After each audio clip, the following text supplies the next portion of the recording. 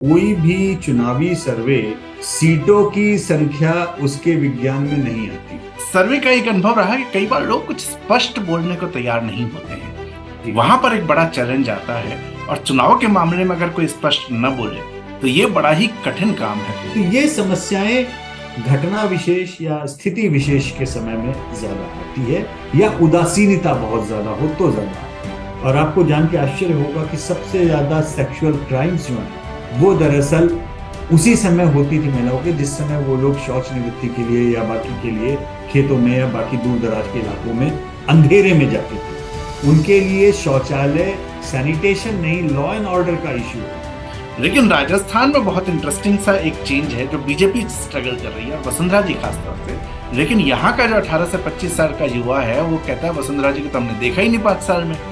तो वसुंधरा जी का जो प्रभाव मेरी उम्र के लोग या मुझसे बड़ी उम्र के लोगों को दिखता है वो युवाओं में नहीं दिखता। युवाओं ने लाइन लगा करके सचिन पायलट के नाम पर वोट दिया था, महिलाओं ने लाइन लगा के। नतीजे आने के बाद में क्या हुआ? सचिन पायलट जी को क्या प्राप्त हुआ? बाबा जी का टुल्लू। मध्य प्रदेश में भारतीय जनता पार्टी ने जो किया उसके कारण उसकी दुर्गति ज्यादा हुई। अगर मध्य प्रदेश में भाजपा ने सरकार गिरा करके उनकी सरकार बनाने का उपक्रम नहीं किया होता, इस समय मध्य प्रदेश में भाजपा 2/3 बहुमत की ओर बढ़। छत्तीसगढ़ में मामला ज्यादा स्टेबल है। ज्यादा स्टेबल इसलिए है क्योंकि मुख्यमंत्री पॉपुलर हैं। बहुत बड़ी तादाद में छत्तीसगढ़ में एमएलए जीते थे। एमएलए के अगेंस्ट में जो नाराजगी का माहौल है, उस माहौल के चलते अगर सीटें कम भी होगी तो भी कुशन बहुत बड़ा है।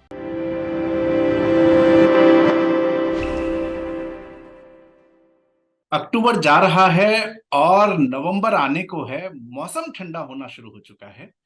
लेकिन देश के कुछ राज्यों में गर्मी बढ़नी शुरू हो चुकी है। और ये जो गर्मी बढ़ रही है ये चुनावों की गर्मी है। और 3 राज्य विशेष तौर पर राजस्थान, मध्य प्रदेश, छत्तीसगढ़, इसमें गर्मी बहुत ज्यादा है क्योंकि यहाँ पर देश के 2 प्रमुख दलों के बीच में मुकाबला है। नमस्ते दोस्तों, मेरा नाम है नवीन चौधरी और फेयर ऑब्जर्वर में आपका स्वागत है। और आज मेरे साथ एक बहुत खास मेहमान है जिनको आपने बहुत बार सुना है, देखा है, यशवंत देशमुख जी, जिनके एग्जिट पोल्स सबसे सटीक रहते हैं। सर, आपका बहुत बहुत स्वागत है। बहुत बहुत धन्यवाद। सर, एक चीज जो है ना, हम जैसे कॉमन लोगों को समझ में कई बार नहीं आती कि एग्जिट पोल सभी ऑर्गेनाइजेशन करते हैं। हालांकि सैंपल साइज ऑफ कोर्स छोटा होता है, पर वेरिएशन जो है वो बहुत ज्यादा हो जाते हैं। तो मैं 2 चीजें जानना चाह रहा हूं कि एक तो जो है वेरिएशन इतना ज्यादा सबके में होने के पीछे कारण क्या होता है, और आप इसको किस तरीके से प्लान करते हैं कि आपकी चीजें काफी सटीक नजर आती हैं। एक और फर्क, जब मध्य प्रदेश में हम लोग पिछली बार इंदौर में मिले थे तो उस समय एक आपने कुछ डेटा वहां पर बात की थी। तो उस समय से और अब तक के बीच में इन तीनों राज्यों के बीच में आपको क्या फर्क नजर आ रहा है? क्या कोई बहुत मेजर डिफरेंस आता है लोगों के थॉट प्रोसेस में, या चीजें वैसी ही हैं?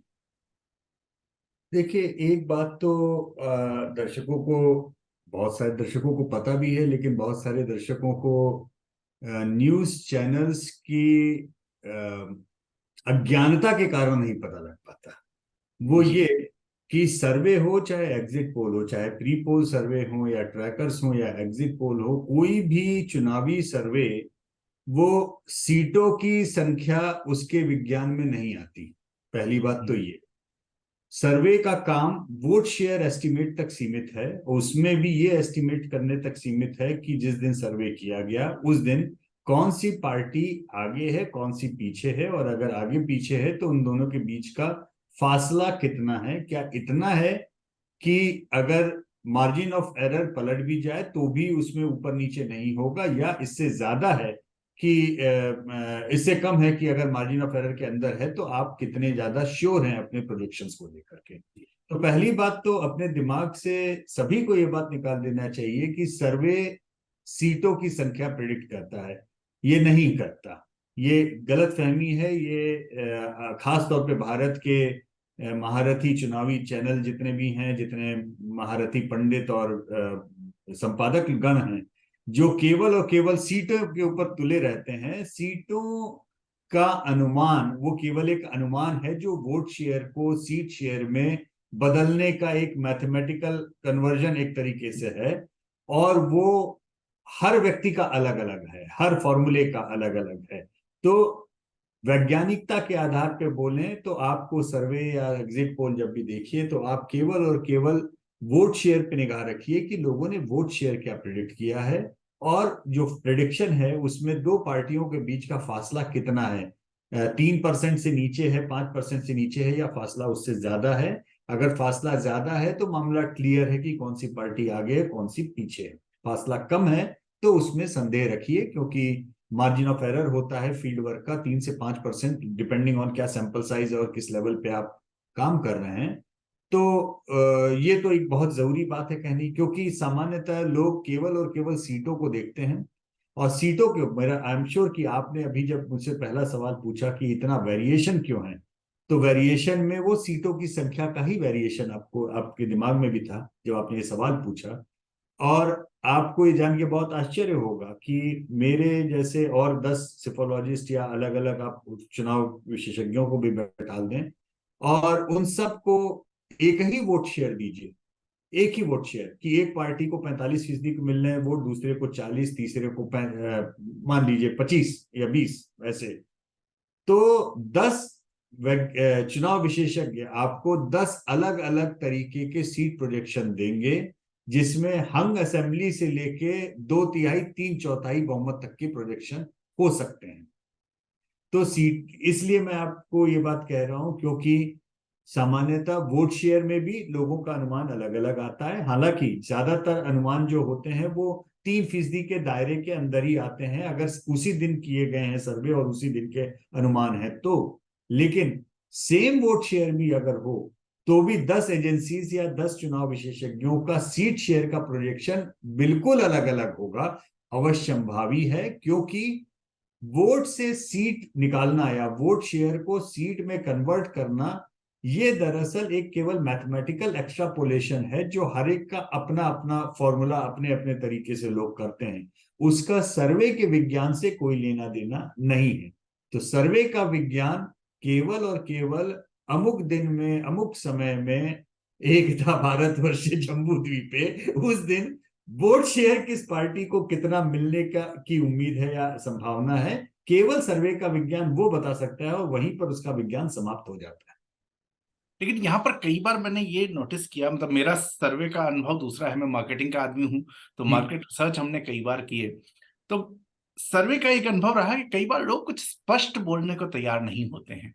जी। वहां पर एक बड़ा चैलेंज आता है, और चुनाव के मामले में अगर कोई स्पष्ट न बोले तो ये बड़ा ही कठिन काम है। तो उस चीज को आप कैसे डील करते हैं?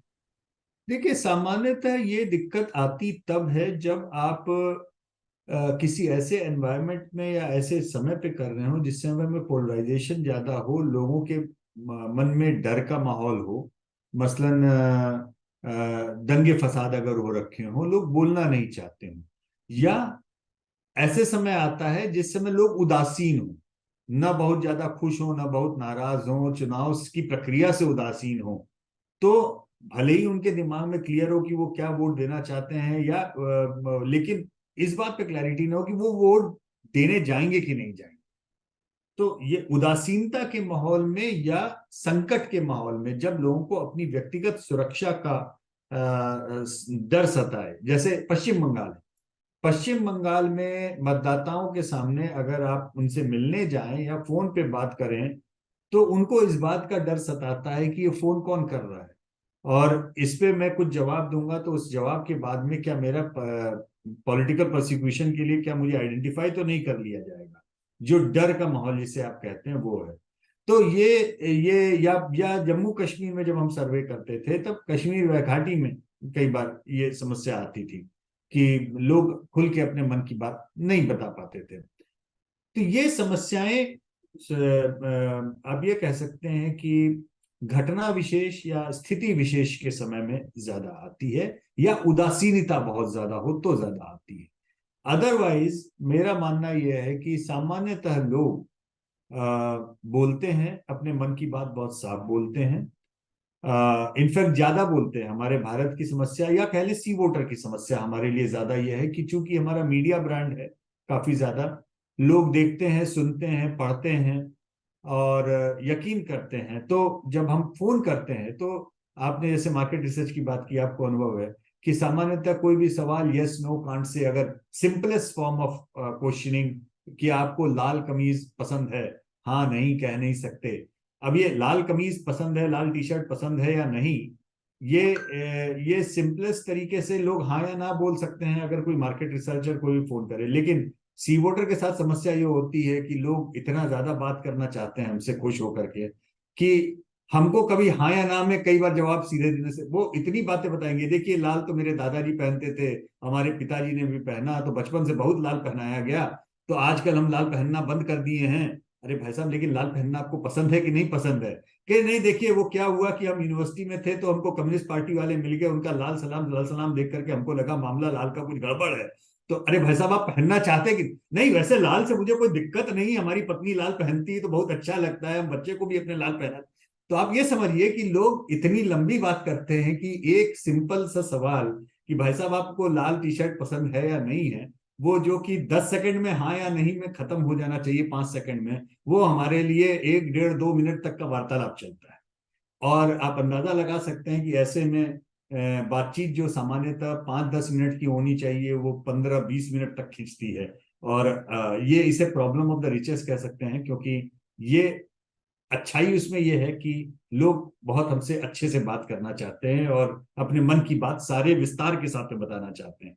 बुराई यह है कि इससे हमारा बजट बिगड़ जाता है, क्योंकि एक इंटरव्यू करने की जो कॉस्ट है, वो कितना समय लगेगा इंटरव्यू करने में, एक हमारा रिसर्चर एक दिन में कितने इंटरव्यू कर पाएगा, इसके ऊपर हमारी कॉस्ट और हमें जो पैसा मिलता है हमें उसकी गणना होती है। अब आप हमें सर्वे कमीशन करें कि यशवंत जी ये 5 मिनट का सर्वे है और हमको 5,000 सैंपल करने हैं, तो हम जो कॉस्ट करेंगे और पता लगा लोग बात करते करते वो 5 मिनट की जगह 15 मिनट बात कर रहे हैं, तो हमारा खर्चा जितना हम आपसे कमा रहे हैं उसका 3 गुना ज्यादा हो गया। तो ये हमारी समस्या है जो प्रॉब्लम ऑफ द रिचेस है, जिसे हम क्या कहें, हम दुखी भी थोड़े से होते हैं और दुख मना भी नहीं सकते, क्योंकि हमको ये भी अच्छा लगता है कि लोग इतनी अच्छी बातें हमसे शेयर करते हैं अपने और बहुत बातें, बहुत बहुत अच्छी बातें करते हैं, इंसाइट्स बहुत जबरदस्त उसमें मिलते हैं। महिलाएं जो बताती हैं उनकी दिक्कतों को, समस्याओं को, तो वो बड़ा इंटरेस्टिंग होता है जानना। अब जैसे आपको याद होगा उत्तर प्रदेश के चुनाव के समय में शौचालय बहुत बड़ा मुद्दा बना था और लोग कह रहे थे कि बुलडोजर बाबा की इमेज काम कर रही है। अब दरअसल इन दोनों का आप सोचें तो कोई आपस में तारतम्यता नहीं दिखेगी कि कोई बोले कि भाई साहब मुद्दा तो बुलडोजर है और महिला बोले मुद्दा शौचालय है। अब आपको लगेगा ये दोनों अलग अलग चीजें हैं, चौक एंड चीज, लेकिन नहीं है। क्योंकि महिलाएं जब बताती थी कि क्यों शौचालय उनके लिए महत्वपूर्ण है, क्योंकि अधिकांश में, खासतौर पे ग्रामीण परिवेश में, आप जानते हैं मुंह अंधेरे महिलाओं को शौच के लिए खेत बाहर, दिशा मैदान जिसे हम कहते हैं, जाना पड़ता है। क्योंकि सार्वजनिक जीवन में लोक लज्जा जो भी अपने यहाँ का सिद्धांत जो ऐतिहासिक रूप रहा है, तो या तो मुंह अंधेरे जाती थी या फिर रात को अंधेरे, शाम होने के बाद में जाती थी। और आपको जान के आश्चर्य होगा कि सबसे ज्यादा सेक्सुअल क्राइम्स जो हैं वो दरअसल उसी समय होती थी महिलाओं के, जिस समय वो लोग शौच निवृत्ति के लिए या बाकी के लिए खेतों में या बाकी दूर दराज के इलाकों में अंधेरे में जाती थी। तो ये एक सिंपल सा कोरिलेशन कि शौचालय के घर में होने से महिलाओं के लिए सेक्सुअल क्राइम्स का डर कम हो गया, उनके लिए शौचालय सैनिटेशन नहीं लॉ एंड ऑर्डर का इशू है।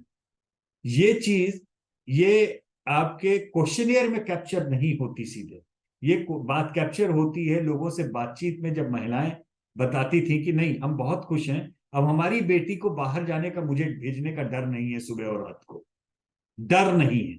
क्यों? क्योंकि घर में शौचालय है, उस महिला को अपनी बेटी को अकेले में शौच के लिए बाहर भेजने का डर नहीं है। अब ये इंसाइट्स हैं, जब लोग बात करते हैं आपसे खुल के अपने मन की बात बताते हैं, तभी आप कैप्चर कर सकते हैं। तो ये अच्छी बात है, मैं इसको प्रॉब्लम ऑफ द रिचेस बातचीत में मानता हूं कि अच्छी बात है। हमारी प्रॉब्लम ऑफ द रिचेस हमारे क्लाइंट्स की ओर से भी और हो जाए कि इन अच्छी बातचीत के लिए वो एक्स्ट्रा पैसा दें तो हम और भी खुश होंगे, ये अलग विषय है। लेकिन लोगों से बात करना अच्छी बात है। तो मुझे लगता है कि एक बहुत बड़ा कारण है कि आपका जो है सबसे ज्यादा सी वोटर का सटीक जो आता है आकलन, संभवतः इसी की वजह से आ रहा है कि लोग इतनी बात कर रहे हैं। और जब लोगों के बात करने की बात हम कर रहे हैं तो बीजेपी तो हमेशा कहती है कि हम सारा ही जीत रहे हैं, लेकिन राहुल गांधी साहब बड़े मॉडेस्ट थे कि हम लोग छत्तीसगढ़ जीत जाएंगे, मध्य प्रदेश जीत जाएंगे, राजस्थान में टक्कर है। तो आपके हिसाब से जो चेंजेस हैं, क्या लोगों के मूड में कोई बड़ा चेंज आया पिछले 2-2.5 साल में? क्योंकि ये चर्चा पिछले 2-2.5 साल से चल रही है, थोड़ा ऊपर नीचे होता रहता है। जी। जी, और वो दरअसल वो चीज हमको आइडिया हमारे ट्रैकर से लग जाता है। ये एक दूसरा पहलू है, क्योंकि ये भी समझना बहुत जरूरी है कि सामान्यतः भारत में सर्वे जो है ये एक 5 साल में एक बार कमीशन करने की परंपरा रही। जब चुनाव आए तब कमीशन कर दिया। ऐसे में जो सर्वे करने वाले लोग थे उनको दशकों तक सीखने का मौका नहीं मिला। सीखने से तात्पर्य यह है, एक सर्वे जब हमने किया किसी जगह का, उस जगह को अगर हम दोबारा बार बार नहीं कर रहे हैं तो उस समय जो हमसे गलतियां हुई उसको सीख करके नया हम लागू नहीं कर सकते। अब राजस्थान में जो सीखा उसे हम तमिलनाडु पे अप्लाई नहीं कर सकते, जो तमिलनाडु में सीखा उसे उड़ीसा में अप्लाई नहीं कर सकते, उड़ीसा में जो सीखा उसे मध्य प्रदेश में अप्लाई नहीं कर सकते। तो और राजस्थान में जो हम आज सीख रहे हैं वो अगला मौका 5 साल बाद मिलेगा। तब तक कितनी डेमोग्राफी बदल जाएगी, मुद्दे बदल जाएंगी, तमाम चीजें बदल जाएंगी। ये एक समस्या दशकों तक भारत में रही। इसीलिए हमने करीबन 20 साल से जो ट्रैकर्स की पद्धति शुरू की कि हम रेगुलर इंटरवल पे लोगों को पूछें ताकि हमें अंदाजा रहे कि मूड कैसे बदल रहा है। तो हम पहले तो त्रैमासिक पूछते थे 20 साल पहले, फिर उसके बाद में हमने उसे हर महीने पूछना शुरू किया, फिर उसकी फ्रिक्वेंसी घटाई, वीकली तक लेके आए। और अब तो हम पिछले 10 साल से हम डेली ट्रैकिंग पे आ गए हैं। मतलब हम रोज ही पूछते हैं। रोज ही पूछने की जरूरत या इम्पोर्टेंस ये है, जैसे हमारे घर में अगर किसी को भी ब्लड प्रेशर की दिक्कत है या डायबिटिक है तो हम चाहते हैं, हम मानते हैं कि भाई रोज सवेरे उठ के आप एक बार मशीन लगा करके चेक कर लीजिए, बीपी आपका ठीक नॉर्मल है कि नहीं है, शुगर लेवल आपका ठीक है कि नहीं है, जो जो है। अब अगर हार्ट अटैक आने के बाद में ही बीपी चेक करना हो तो बीपी चेक करने का लाभ क्या हुआ? मतलब कहने का तात्पर्य है कि जो चीज आप रोज थोड़ी थोड़ी करेंगे तो आपकी गलती की संभावना कम होगी। तो इसलिए ट्रैकर की पद्धति हमने इसलिए करत करत अभ्यास के जड़मत होत सुजान, तो वो थोड़ा थोड़ा थोड़ा थोड़ा करके, तो उससे लॉन्ग टर्म हमको ट्रेंड लाइन मिलती है। लॉन्ग टर्म ट्रेंड लाइन में कोई भी बड़ी घटना हुई, दुर्घटना हुई, किसी ने कुछ बोला, उसका क्या इम्पैक्ट हुआ, थोड़ा बहुत, मोटा, अच्छा, बुरा, महंगाई धीमे धीमे बढ़ रही है या घट रही है, उसका क्या क्या लोगों के बीच में मूड में बदलाव आ रहा है, नहीं आ रहा है, ये आपको over a period of time समझ में आती है चीजें। आपको एक एक दिखता है कि हाँ भाई ये एक महत्वपूर्ण चीज है जो आ रही है। तो ट्रैकिंग में आपसे जब मेरी लास्ट टाइम बात हुई थी इंदौर में, उस समय जो स्थिति थी और आज की स्थिति में हमने ट्रैकिंग में अंतर देखा। अंतर क्या पाया हमने? अंतर हमने ये पाया कि मध्य प्रदेश में जो उस समय हायर साइड पे बीजेपी थी वो कम होती चली गई और कांग्रेस का उभार वहां साफ दिखा। अब ये कांग्रेस का उभार दिखा, ये क्या लोगों, ये हमसे लोग पूछते हैं नाराजगी है, एंटी इनकम्बेंसी है कि क्या है? ये बड़ी विचित्र स्थिति अभी मध्य प्रदेश की है, क्योंकि आंकड़ों में नाराजगी जैसा नहीं दिखता। नाराजगी से मतलब कोई मुख्यमंत्री से लोग बहुत भरे पड़े बैठे हैं कि नाराज हैं, ऐसा नहीं दिखता। भाजपा के वोट कोई बहुत ज्यादा गिर रहे हो बुरी तरीके से, ऐसा नहीं दिखता। लेकिन ऊब जरूर है। अब ये नाराजगी और ऊब में बड़ी फाइन एक एक अंतर होता है कि एक मुझे उकताहट हो गई है सेम एमएलएस का चेहरा देख करके, सेम एमपीज का, सेम मंत्रियों का, या कुछ हद तक सेम मुख्यमंत्री का भी चेहरा देख करके उकताहट या ऊब हो गई। हर 5 साल में तकरीबन 7-8% हमारे मतदाता नए ऐड होते हैं, 7-8% फेज आउट होते हैं। तो आप सोचिए कि 20 साल में 7 चौके 28, अगर 4 इलेक्शन हुए तो करीब 28 से 30% हमारा मतदाता मध्य प्रदेश में एक नया आ गया है। ठीक है, अब आप लोअर साइड पे ले तो 1/4 मतदाता, हायर साइड पे ले तो 1/3 मतदाता, आप कंजर्वेटिव तरीके से 1/4 भी लीजिए, यानी हर चौथा मतदाता ऐसा आ गया है मध्य प्रदेश में जिसे अपनी याददाश्त में कांग्रेस थी नहीं, उसकी याददाश्त में। तो आप कंपैरेटिव कोई एनालिसिस नहीं कर सकते कि अरे वो अच्छा था या ये बुरा था। उसने एक ही सरकार देखी, एक ही किस्म का एमएलए देखा, एक ही किस्म का एमपी देखा, एक ही मुख्यमंत्री भी देखा।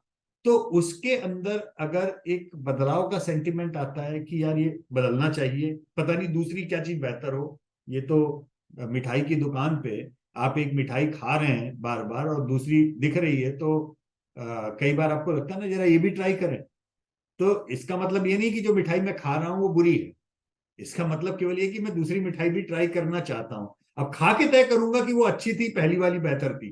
तो लोकतंत्र में अच्छे बुरे का यही है कि आप दूसरी मिठाई खा लेने के बाद में आपको पहली मिठाई पे जाने पे 5 साल का अंतर लगता है आपको, कि हमको पसंद नहीं आई, पहली वाली ज्यादा बेहतर थी। या राजस्थान के केस में लोग जायका बदलते ही रहते हैं, कहते हैं बहुत हो गया मीठा, अब नमकीन खाएं, अब कचौड़ी खा ली, अब वापस गुलाब जामुन पे आए। तो उनका अपना फिट है, फिक्स है। और इस बार तो उनके यहाँ की नमकीन भी थोड़ी ज्यादा ही, मतलब कचौड़ी के साथ में दिक्कत ये थी कि कचौड़ी का मसाला सचिन पायलट 450 से अलग लेके बैठे थे, गहलोत साहब केवल कचौड़ी की ऊपर की खोल लेके बैठे थे। अब अंतिम 3 महीने में उन्होंने कहा नहीं साहब, अब हम कचौड़ी में मसाला ठूसते हैं, अब हम एक हो गए हैं। लोग कह रहे हैं कि भैया हो गया अब, मतलब वो मूड अब हो गया, अब हमको टाइम आगे बढ़ने का हो गया है। स्वाद बिगाड़ दिया आप लोगों ने, 4.5 साल कचौड़ी का मसाला अलग और कचौड़ी अलग, आपने स्वाद बिगाड़ दिया। छत्तीसगढ़ में मामला ज्यादा स्टेबल है। ज्यादा स्टेबल इसलिए है क्योंकि मुख्यमंत्री पॉपुलर हैं, बहुत बड़ी तादाद में छत्तीसगढ़ में एमएलए जीते थे, तो जो एंटी इनकम्बेंसी का माहौल भी है, उस माहौल के चलते एमएलए के अगेंस्ट में जो नाराजगी का माहौल है, उस माहौल के चलते अगर सीटें कम भी होगी तो भी कुशन बहुत बड़ा है। इसलिए सीटें कम होने के बावजूद भी इस बात की संभावना है कि कांग्रेस दोबारा सरकार बना ले जाए। मैं अगला सवाल पूछूं तब तक बाहर एक स्वच्छ भारत का गाना चल रहा है, शायद हमारे ऑडियंस को सुनाई पड़े। तो ये किसी पार्टी का प्रचार नहीं, लेकिन ये एक मैसेज जो है हम साथ में जरूर देते हैं कि देश को स्वच्छ जरूर रखा जाए। तो मैंने कहा सर साथ साथ में एक पॉजिटिव संदेश दे दिया जाए। ठीक। आपने जो एक बात कही, नजरिया ऊब और ये सारी चीजें, क्योंकि राजस्थान में भी मुख्यमंत्री के खिलाफ ऐसा कुछ खास नजर नहीं आता, लेकिन विधायकों के खिलाफ है। लेकिन एक बहुत इंटरेस्टिंग सा फैक्टर मैंने एमपी के युवाओं में, और चूंकि मैं जयपुर बेस्ड हूँ, यहाँ ज्यादा हूँ, मैं ये देख रहा हूं कि शिवराज सिंह के लिए जो ऊब की आपने बात की, युवा वोटरों को लगता है कि यार बहुत देख लिया, कोई चेंज करना चाहिए। लेकिन राजस्थान में बहुत इंटरेस्टिंग सा एक चेंज है जो बीजेपी स्ट्रगल कर रही है, और वसुंधरा जी खास तौर से, क्योंकि वसुंधरा जी के बिना कुछ नहीं होगा ऐसी चर्चा मीडिया में होती है। लेकिन यहाँ का जो 18 से 25 साल का युवा है वो कहता है वसुंधरा जी को तो हमने देखा ही नहीं 5 साल में। तो वसुंधरा जी का जो प्रभाव मेरी उम्र के लोग या मुझसे बड़ी उम्र के लोगों पे दिखता है, वो युवाओं में नहीं दिखता। तो ये बड़ा इंटरेस्टिंग कॉन्ट्राडिक्शन है कि एक मुख्यमंत्री जिनका चेहरा नजर नहीं आता, वहां भी उनको लोग चुनना नहीं चाहते, और एक जो बार बार नजर आ रहे हैं वहां पर ऊब हो रही है। तो युवाओं के इस मिजाज को आप कैसे देखते हैं? राजस्थान का केस थोड़ा सा पेक्यूलियर भी है। देखिए, आप इस बात को समझिए कि 5 साल पहले बहुत सारे लोग मेरी इस बात से असहमत होते हैं, लेकिन चूंकि मैं आंकड़ों पे बात करता हूं इसलिए मैं अपनी बात को दम ठोक के कहता हूं। 5 साल पहले का मैंडेट अशोक गहलोत जी के लिए नहीं था, वो सचिन पायलट के चेहरे पे था। बहुत साफ बात है। मतलब कोई इसमें इफ बट किंतु परंतु लगाए तो समझिए वो झूठ है।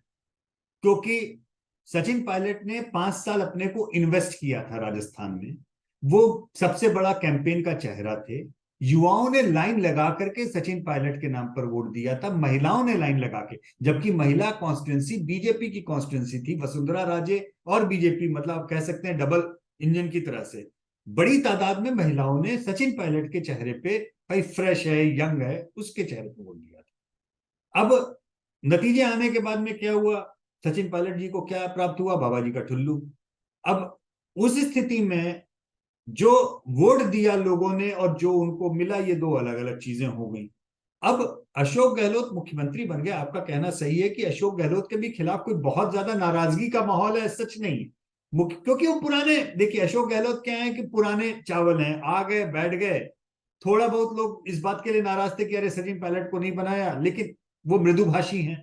अशोक गहलोत कोई पोलराइजिंग फिगर नहीं है कि वो बहुत कड़ी बातें बोल करके और वैसे करके और जनता के बीच में एक मृदुभाषी सीएम जैसे डॉक्टर रमन सिंह हुआ करते थे, या फॉर दैट मैटर आप कई सारे एग्जाम्पल ले सकते हैं उस चीज में।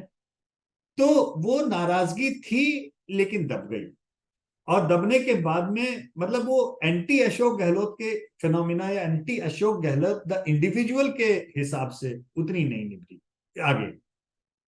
इसका मतलब ये कतई नहीं है कि लोगों की सिटिंग एमएलए के ऊपर नाराजगी नहीं है, पहली बात। दूसरी चीज, राजस्थान और मध्य प्रदेश दोनों के केस में एक चीज ध्यान रखनी बहुत जरूरी है, बीजेपी को जितनी बुरी तरीके से हारना चाहिए था पिछली बार, उतनी बुरी तरीके से बीजेपी हारी नहीं। हम लोगों को हमारे ट्रैकर में लोगों का जितना ज्यादा गुस्सा दिख रहा था, हमें लग रहा था कि राजस्थान में कांग्रेस 130 140 तक जा सकती है, वो 100 के आसपास आके अटक गई। कारण उसका यह भी था कि गहलोत साहब ने बड़ी तादाद में रेबल खड़े किए, अपनी पार्टी की ऐसी तैसी कराई, क्योंकि उनको पता था कि अगर कंफर्टेबल मेजोरिटी आएगी तो आला कमान सचिन पायलट को बना देंगे। कंफर्टेबल नहीं हुए तो उन्होंने भैरव सिंह शेखावत वाला जो है एक फॉर्मूला निकाला कि पार्टी को जीतने मत दो ताकि पार्टी मेरे ऊपर डिपेंडेंट रहे।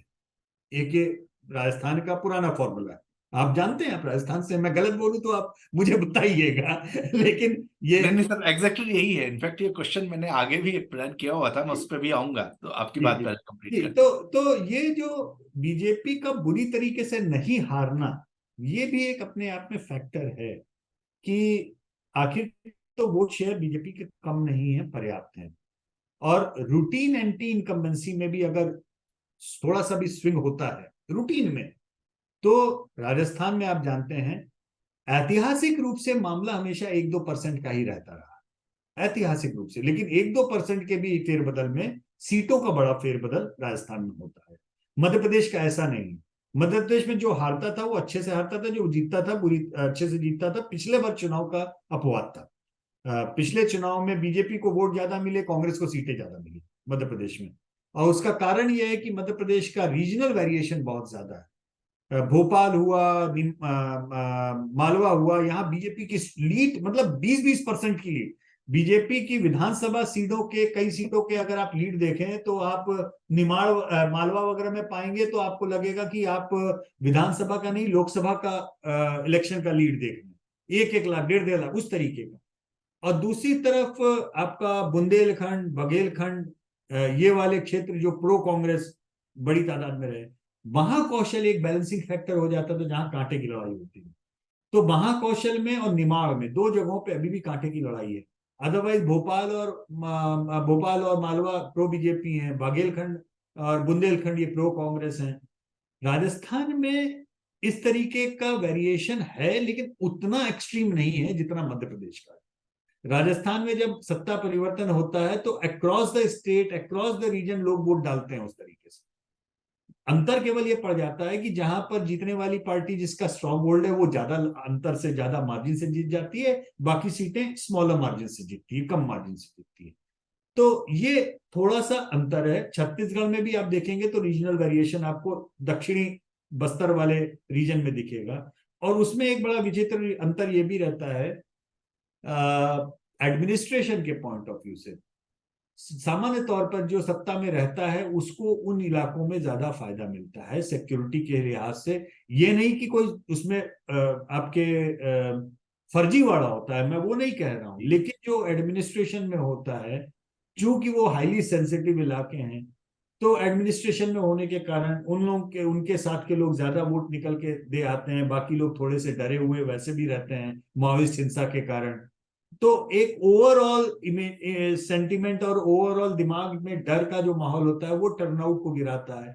टर्नआउट अगर ड्रॉप हो जाता है तो जो बैठा हुआ है और अपने वोट निकलवा लिया, तो वो ज्यादा ज्यादा बेहतर काम कर ले जाता है। जो सत्ता में नहीं है वो टर्नआउट उतना बेहतर नहीं करा पाता। तो वो छत्तीसगढ़ का एक इलाके का, एक हिस्से का एक कहानी अलग है, वो बस्तर वाले डिवीजन की। बाकी जगहों पे वहां पर भी ऐसी ही कहानी।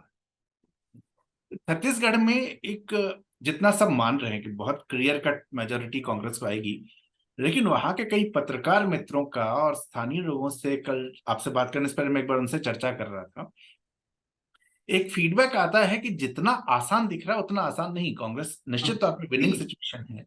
ये हमारे वो आंकड़ों में भी आ रहा है।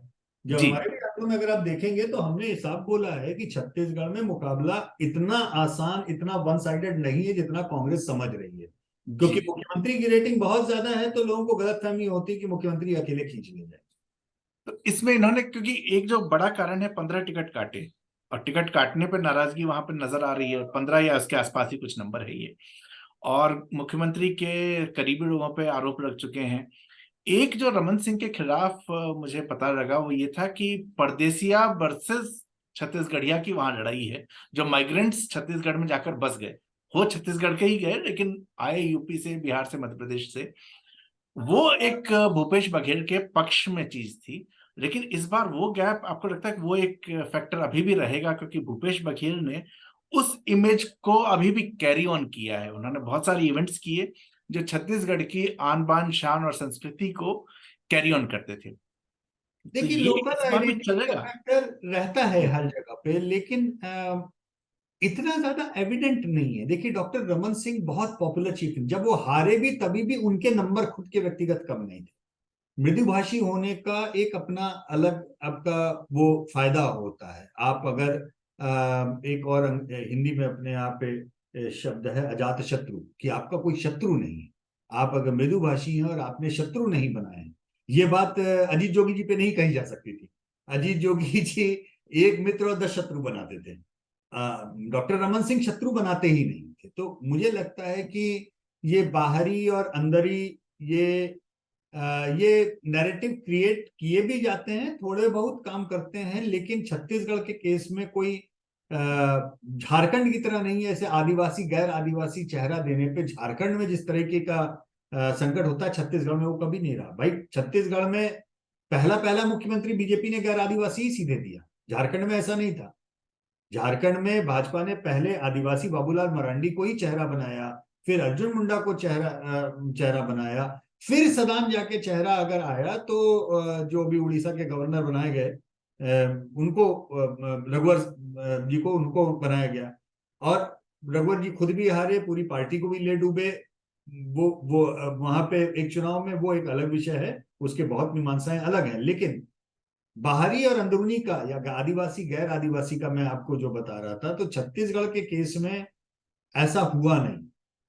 ये आइडेंटिटी पॉलिटिक्स बहुत ज्यादा वहां पे चली नहीं है। मुझे लगता है कि डॉक्टर रमन सिंह के साथ में समस्या दूसरी है। वो पैसिव रहे, उनको पार्टी ने सेंटर स्टेज पे हारने के बाद में आने ही नहीं दिया। जो भी कारण रहा हो, पार्टी की अपनी वो तौर तरीका है, वो अल्टरनेटिव और नई लीडरशिप देना चाहते होंगे। जो करने की कोशिश राजस्थान में भी कर रहे हैं, विफल हो रहे हैं। वही चीज छत्तीसगढ़ में भी हुई, विफल हो गए।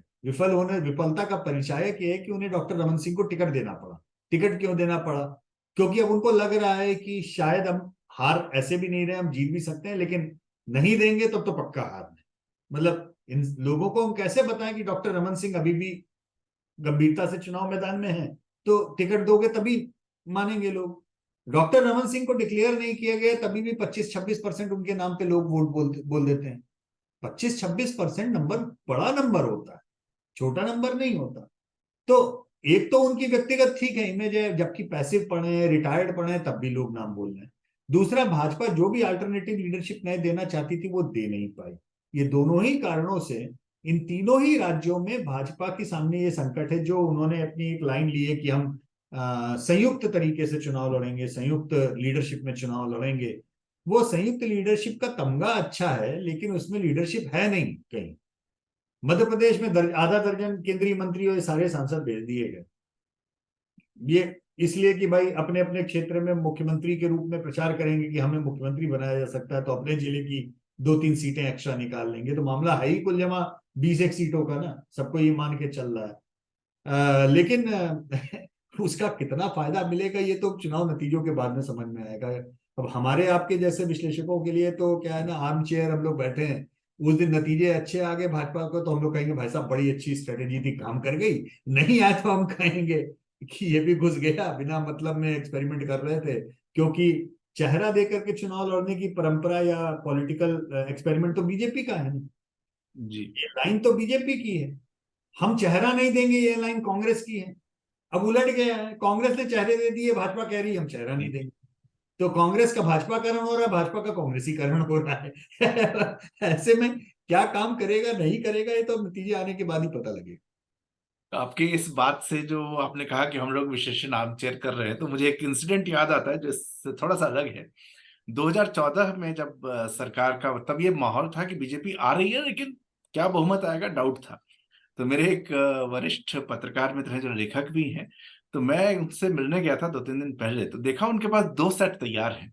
कि अगर भाजपा जीती तो उन्होंने कारण लिखे हुए थे, और अगर बहुमत नहीं आया तो उसके कारण उन्होंने तैयार किए। कहते हैं कि भैया इमीडिएट डिमांड आती है, अब क्या करेंगे, उसमें कहाँ लिखेंगे। ठीक है, और ये भारत में होता है। अब जी बिहार चुनाव के काउंटिंग के दिन एनडीटीवी के पैनल की जो स्थिति थी, उनको संभव पता नहीं क्यों उनकी जानकारी, जबकि हम लोग जो डेटा प्रोवाइड करते हैं इंडस्ट्री में काउंटिंग वाला, जी उसमें शुरू सवेरे काउंटिंग के 8 बजे से लेकर के 1 सेकंड ऐसा नहीं था जब आरजेडी और जेडीयू गठबंधन आगे ना हो। पता नहीं उनके पास में कौन से आंकड़े कहां से आसमान से फटके आए कि उन्होंने जो है 9 साढ़े 9 बजे तक डिक्लेयर कर दिया कि भाजपा की बहुमत आ रहा है, बहुमत नहीं तगड़ा बहुमत आ रहा है। और उसके बाद में 1 डेढ़ घंटे तक भाई लोग जूझे रहे कि कैसे भटिया बैठ गई नीतीश कुमार और आरजेडी की, और कैसे भाजपा बहुत इम्पोर्टेंट सब कुछ। अब दुर्भाग्य उनका ये था कि उसके बाद में असली नतीजे आ गए, उसके 2 घंटे बाद में उसको उनको पूरा। तो आप जो कह रहे थे कागज, वो कागज तो मतलब ये है कि रख के सामने बैठना पड़ता है उन लोगों को, तमाम लोगों को पलटी मारने के लिए कि क्या कहा जाए। बट हैविंग सेड दैट, या आई मीन मेक सेंस, क्योंकि चुनाव देखिए हंसी मजाक अपनी जगह पे है, लेकिन जनादेश को पढ़ना समझना ये कॉम्प्लिकेटेड प्रोसेस है। जी लोगों का मन, लोगों का वोट देने का मन क्यों बनता है, कैसे बनता है, ये कोई एक मुद्दे या एक चीज की चीज नहीं है। लोग सोचे कि केवल एक चीज के ऊपर आपने वोट दिया, ऐसा कभी नहीं होता। ये क्यूमुलेटिव डिसीजन होता है। लोग थोड़ा थोड़ा थोड़ा थोड़ा थोड़ा थोड़ा थोड़ा उसमें जोड़ते जाते हैं, और फिर सब मिला करके उसका जो वजन बनता है, फिर अंतिम दिन अपना वोट जाकर के दे के आते हैं। इसलिए जनादेश बहुत टेढ़ी चीज है, कहने के लिए बहुत सहज है, सरल है, लेकिन जनादेश की प्रक्रिया बहुत टेढ़ी है, नंबर एक चीज। नंबर दूसरी चीज ये कि जनादेश के आने के बाद में जनादेश को मानना, ये उससे भी बड़ा जनादेश है। जनता वोट किसे दे रही है, किसे नहीं दे रही है, एक अलग विषय है, लेकिन नतीजे आने के बाद में आप कितने ग्रेसफुली उस नतीजों को स्वीकार करते हैं, ये जनादेश का वजन दूसरा होता है। और जब जनादेश की अवहेलना होती है, जनादेश का अपमान होता है, तो जनता को पसंद नहीं आता। और मैं पहले भी कह चुका हूं और अभी भी स्पष्ट रूप से कह रहा हूं, मध्य प्रदेश में भारतीय जनता पार्टी ने जो किया, उसके कारण उसकी दुर्गति ज्यादा हुई है हर तरीके से। अगर मध्य प्रदेश में भाजपा ने सरकार गिरा करके सरकार बनाने का उपक्रम नहीं किया होता, इस समय मध्य प्रदेश में भाजपा 2/3 बहुमत की ओर बढ़ रही, 5 साल की एंटी इनकम्बेंसी बैठ गई होती, लोग खड़े हो गए होते, आपकी अल्टरनेटिव लीडरशिप भी माहौल बन गया होता, आप जीत की राह पे निकल गए होते, जैसे आप राजस्थान में जीत की राह पे निकले हुए। लेकिन मध्य जी प्रदेश में आपने जनादेश का अपमान किया, नंबर एक बात, लोग उससे खुश नहीं थे। दूसरी बात, आपने अपने संगठन के लिए संकट पैदा किया, क्योंकि जो थोक के भाव में आपने लोग इंपोर्ट किए। आज बघेलखंड बुंदेलखंड रीजन में कहने के लिए आपने ज्योतिरादित्य सिंधिया जी को लिया, ठीक है, पॉपुलर इंसान है, व्यक्ति लीडर अच्छे हैं, मान लेता हूं, चलिए अच्छी बात है। लेकिन संगठन के नाते समस्या देखिए, जिन लोगों से नीचे के लेवल पे लोग पिछले 20 साल 30 साल से लड़ रहे हैं, अब रातों रात गलबैया करने के लिए बिल्कुल तैयार नहीं। विद्रोह हो रहा है, लोग मुंह फुलाए बैठे हैं, पार्टी के ऑर्गेनाइजेशन के अंदर पूरा दिक्कत हो गया इंपोर्ट करने से। और मध्य प्रदेश जो भाजपा का सांगठनिक रूप से महत्वपूर्ण राज्य रहा है, जहां संगठन ज्यादा महत्वपूर्ण है, नेता पीछे है, संगठन आगे। मध्य प्रदेश तो वो राज्य रहा है ना, जिसे व्यक्तिगत रूप से एक किस्सा मैं पहले भी सुना चुका हूं, लेकिन आपको भी बता सकता हूं कि नानाजी देशमुख और राम आर्यन जी, रामनाथ गोयनका जी के बीच में शर्त लगी थी कि संगठन बड़ा या चेहरा बड़ा। नानाजी पीछे पड़ गए कि संगठन बड़ा, रामनाथ गोयनका जी पीछे पड़े नहीं, चेहरा बड़ा। ये बात हो रही है लेट 60s की, जिस समय एंटी कांग्रेस मूवमेंट खड़ा करने की बात हो रही थी, और ये हो रहा था कि चेहरा कहां से लाएंगे। नानाजी कह रहे थे कि चेहरा नहीं, पहले पार्टी कहां से लाएंगे सोचो, संगठन ज्यादा इंपॉर्टेंट है।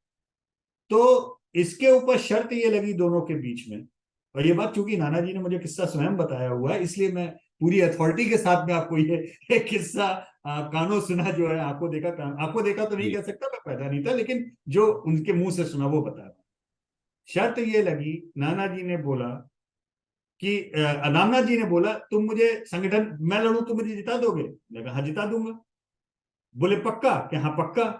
तो 67 के चुनाव में नानाजी के चैलेंज पे रामनाथ गोयनका जी ने कहा, नानाजी ने कहा गोयनका को कि आप केवल चुनाव का फॉर्म भरने जाएंगे और फिर उसके बाद में अपने जीत का सर्टिफिकेट लेने जाएंगे, आप बीच में जाएंगे नहीं।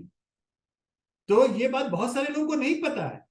इंडियन एक्सप्रेस के फाउंडर ओनर रामनाथ गोयनका 67 के चुनाव में भारतीय जनसंघ के टिकट पर विदिशा से लोकसभा का चुनाव लड़े और वो फॉर्म भरने गए और सीधे अपना विनिंग सर्टिफिकेट लेने गए।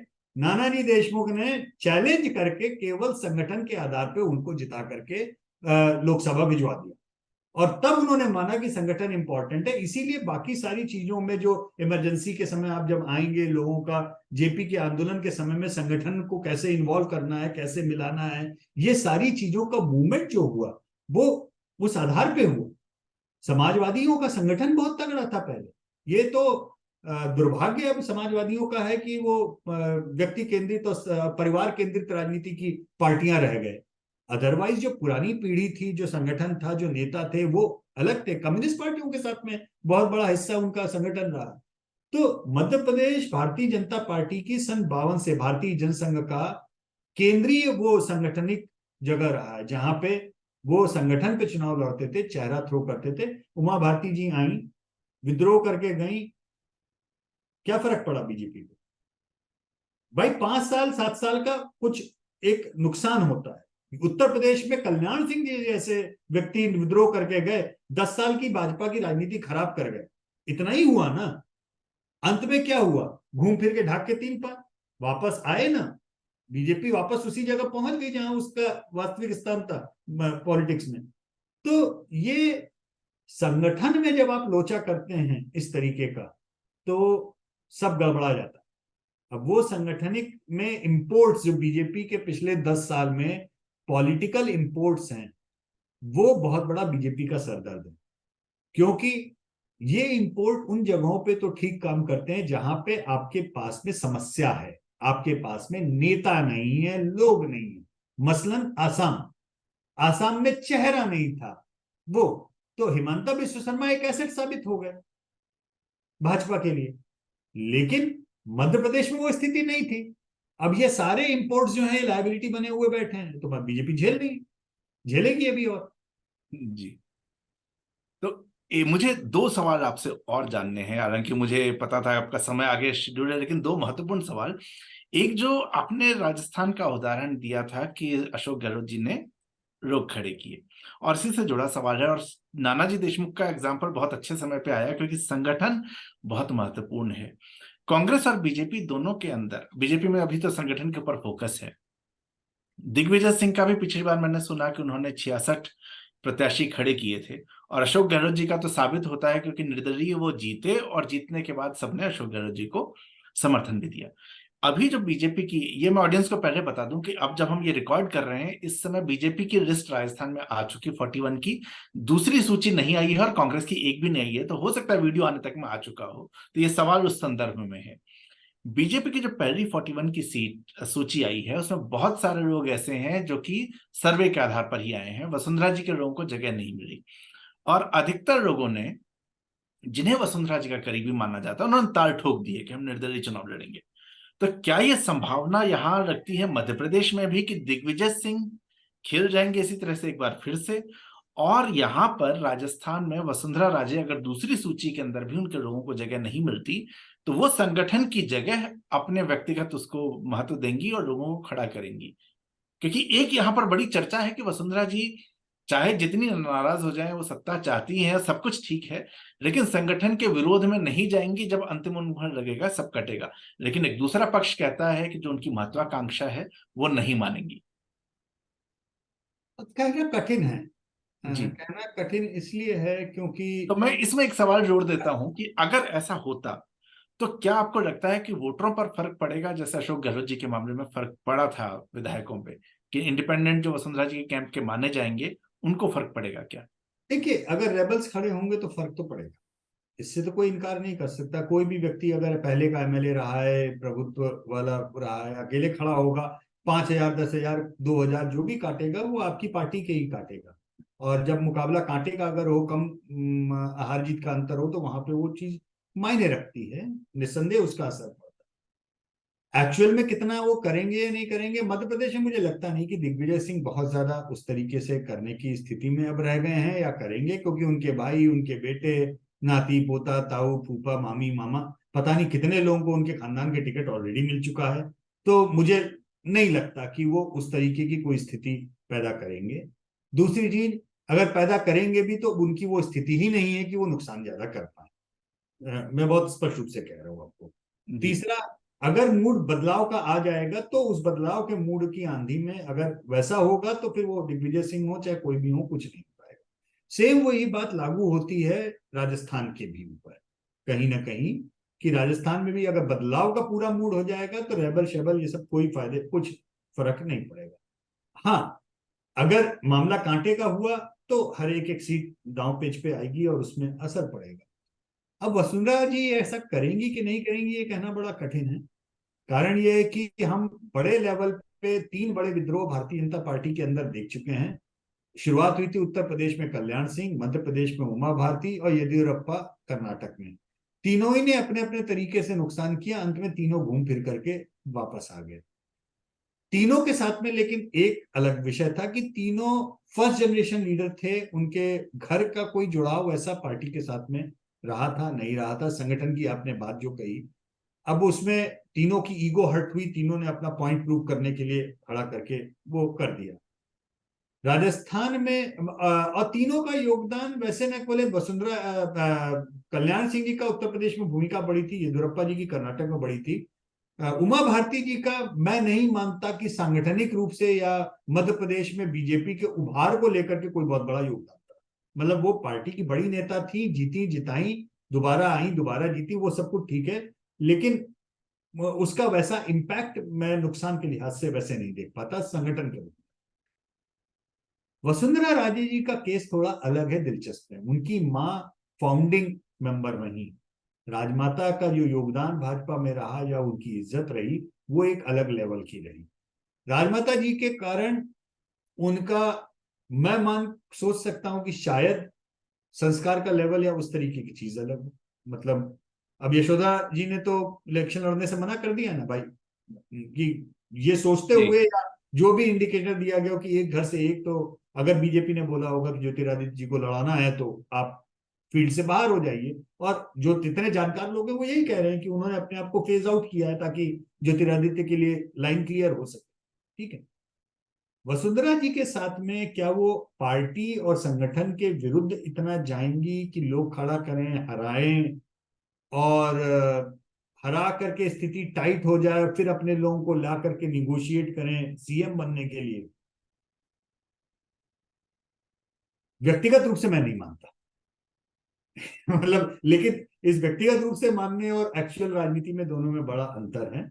व्यक्तिगत रूप से मैं इसलिए नहीं मानता क्योंकि मैं समझता हूं कि उनका, उनके परिवार का जिस तरीके के का संगठन के अंदर रोल रहा है और संगठन में उनको जो महत्व मिला है परिवार के कारण, उसके वेटेज को कहीं ना कहीं अलग भार मानना चाहिए।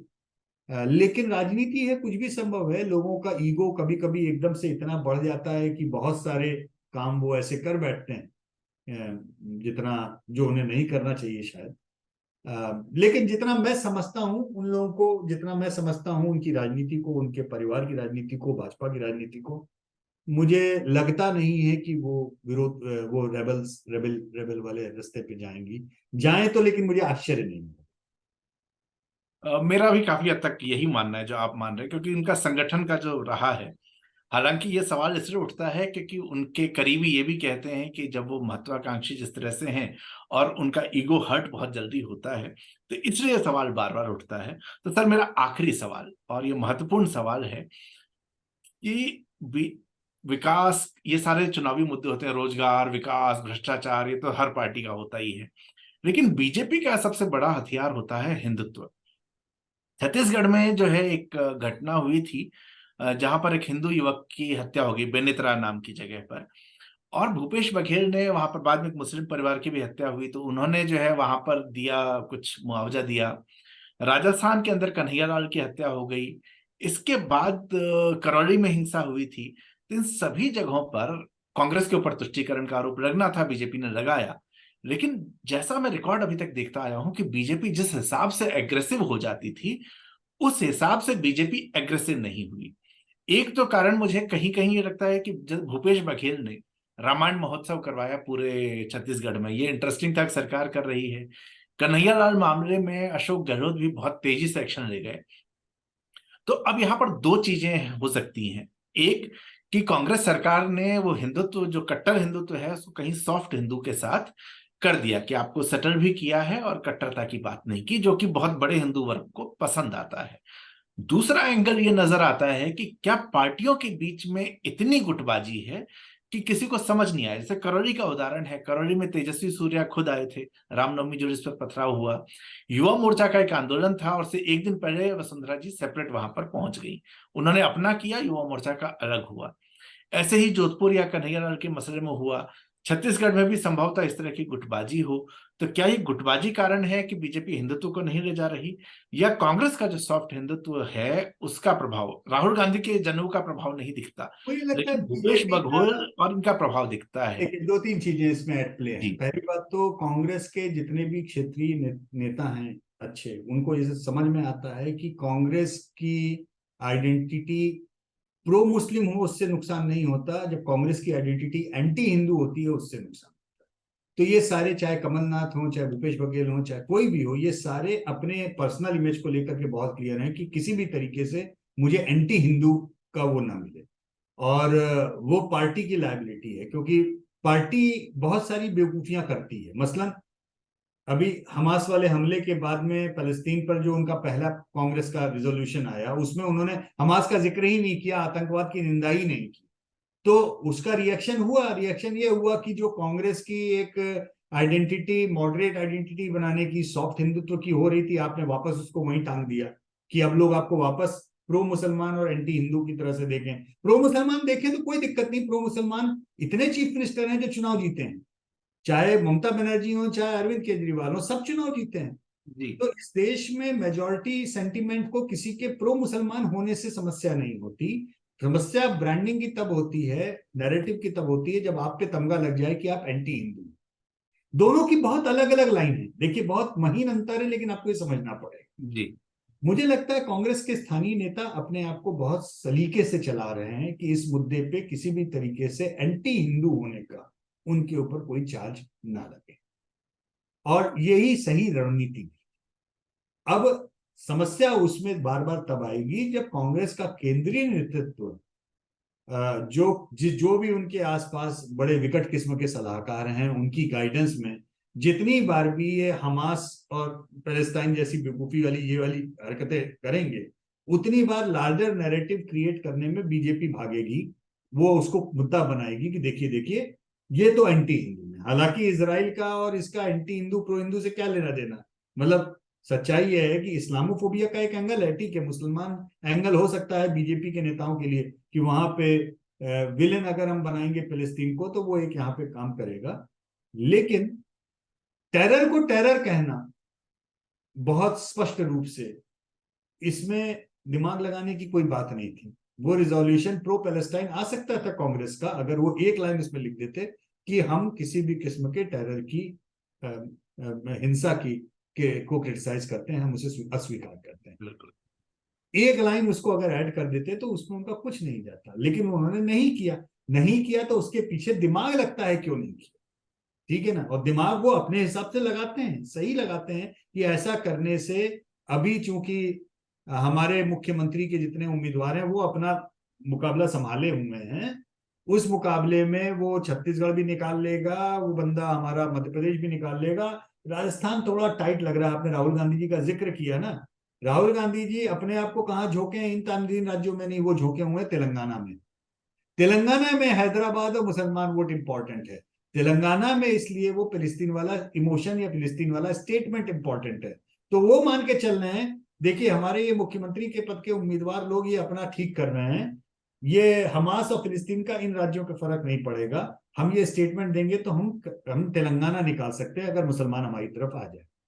अगेन, सही होगा या गलत होगा ये नतीजे पता लगेगा। हमारे आपके जैसे आर्मचेयर पंडित उस दिन बोलेंगे ये स्ट्रेटेजी चली या ये स्ट्रेटेजी बैकफायर हो गई। तो ये तमाम खतरे भी रहते हैं राजनीतिक नैरेटिव बिल्ड करने में, लेकिन वो बड़ी पतली लाइन हो गई है नैरेटिव्स की। इस मुल्क में आप प्रो मुस्लिम होकर के चुनाव अच्छे से जीत सकते हैं, कोई दिक्कत नहीं। इस मुल्क में आप एंटी हिंदू का टैग लगा करके चुनाव नहीं जीत सकते। मतलब जीत सकते हैं, लेकिन उसके लिए आपको या तो हैदराबाद लोकसभा सीट लड़ना होगा, या लक्षद्वीप लड़ना होगा, या 3 सीट कश्मीर वैली लड़नी होगी, या वायनाड लड़ना होगा। तो मैंने आपको संक्षेप में सीटें गिना दी कि कहां पे आप टैग के साथ में चुनाव लड़के जीत सकते हैं। तो इन हार्ड सीटों के बेस पे सरकार नहीं बना सकते। सरकार नहीं। बहुत महत्वपूर्ण बात कही, जो राजनीति में बड़ा चेंज आया है कि प्रो मुस्लिम होना समस्या नहीं, एंटी हिंदू होना जो है वो एक समस्या आ रही है। और मैंने इस चीज को ऑब्जर्व किया, क्योंकि मैं राइटर हूँ, फिल्म इंडस्ट्री से भी थोड़ा बहुत मेरा जुड़ाव है। वहां पर प्राय लोग जो है पश्चिमी विचारधारा के हैं, और रिसेंटली मैंने एक करीब 70 साल 65-70 साल के आसपास के हैं, उनके विचारों में परिवर्तन देखा। कहते हैं कि देखो नवीन यार, कुछ भी कहो, तुष्टीकरण तो कांग्रेस कर रही है। तो ये थॉट प्रोसेस जो है उन लोगों के दिमाग में भी आने लगा जो कि हिंदू मुसलमान नहीं मानते।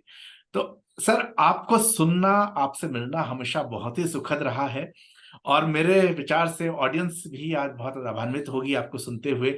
आपने समय निकाला इस व्यस्त शेड्यूल में, उसके लिए आपका बहुत धन्यवाद। और सभी दर्शकों का भी धन्यवाद जो हमारे साथ जुड़े, जिन्होंने इसको देखा है। आपसे शेयर करें। फेयर ऑब्जर्वर हिंदी नया है, हम अभी कोशिश कर रहे हैं बढ़िया से बढ़िया कंटेंट लाने की। तो सब्सक्राइब करिए, शेयर और लाइक जरूर करिए। और यशवंत सर के जो कोई सवाल हो तो आप कमेंट में डाल दीजिए, हम सर को ईमेल करके उनसे सवाल पूछेंगे। समय होगा तो फिर बुलाएंगे, नहीं तो हम उनके बिहाफ पर आपको आंसर देंगे। Thank you very much sir. धन्यवाद, बहुत बहुत धन्यवाद।